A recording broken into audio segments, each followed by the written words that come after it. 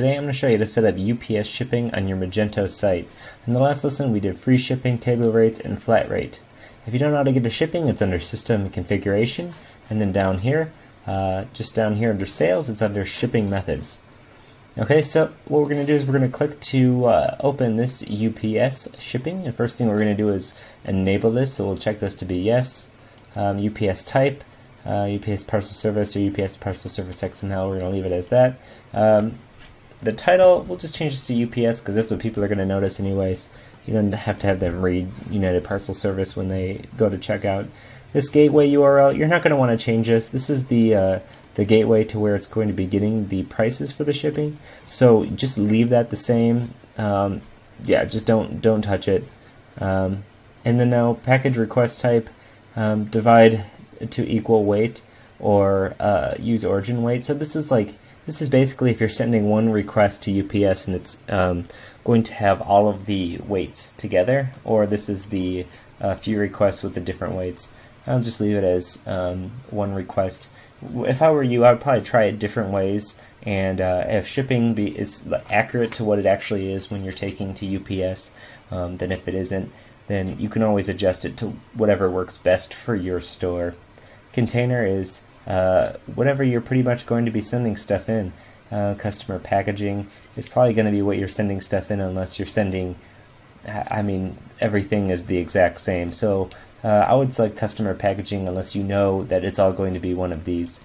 And now weight unit, pounds if you're in the US, kilograms if you're anywhere else. Maximum package weight, this is in pounds, so 150 pounds is the maximum.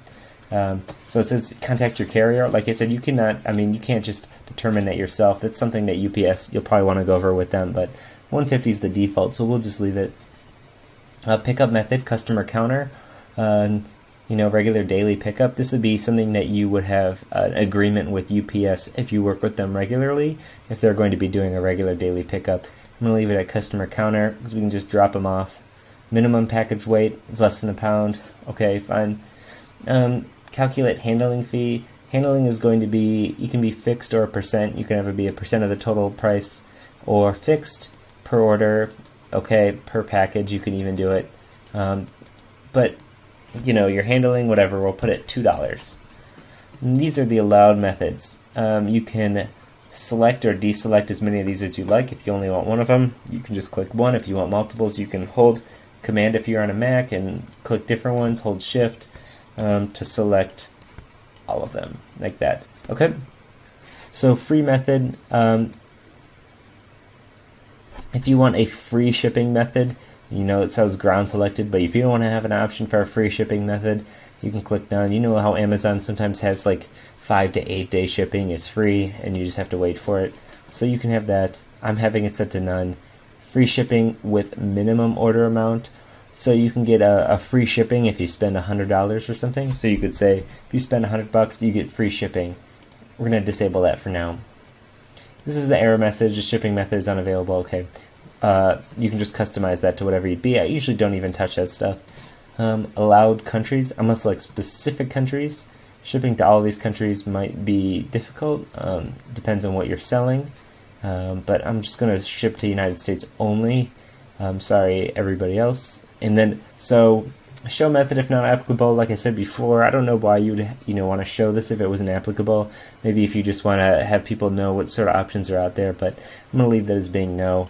And debug, I'm going to set it to no. Sort order, since we already have the other one, but we want this to be the first one, I'll put it as 0. And then if we go back to our flat rate, which we enabled, I can set this sort order to 1 so that our table rate shows up on top. Let's save this configuration and let's see this in action, okay? So let's go to our checkout here. We already had this checkout from before. I'm going to refresh this, and it's going to make me do all this stuff again. So just give me 1 second. I'm going to type in my information.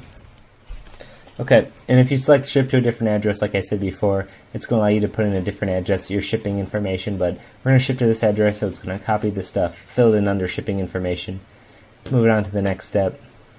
Okay, shipping method. So here you can see UPS is now first, and it's going to give them the price options that it got from UPS's website itself. So ground is going to be 13, 30-day error. Like I said, see how there's so many options here. You don't usually get this many options from websites. That would be changed back in here. Let's close these. Right down here. So if we only selected one of these, they would only see whichever ones you select. But these are the only ones that are applicable, so it's only showing these. Or free shipping looks like it's enabled as well. We didn't turn that one off. So if I was the customer right now, I'd be selecting free shipping. However, you can select UPS, click continue, and it's going to ask for their payment. Cool, so that is now displaying their shipping method, UPS ground. And when they place this order, it's going to show up in your store. So let's actually place this order. Click continue. And now here's our whole thing, order review. We bought this keyboard, it's expensive, and it is $13.30 for shipping, a grand total.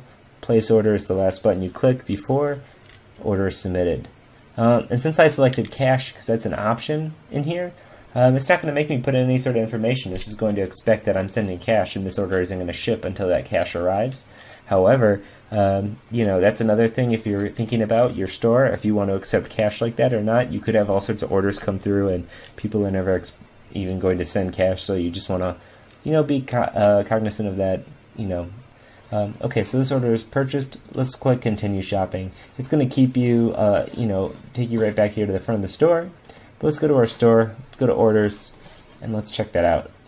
It's under sales, orders. Here it is. Came through, and it's select to pending, okay?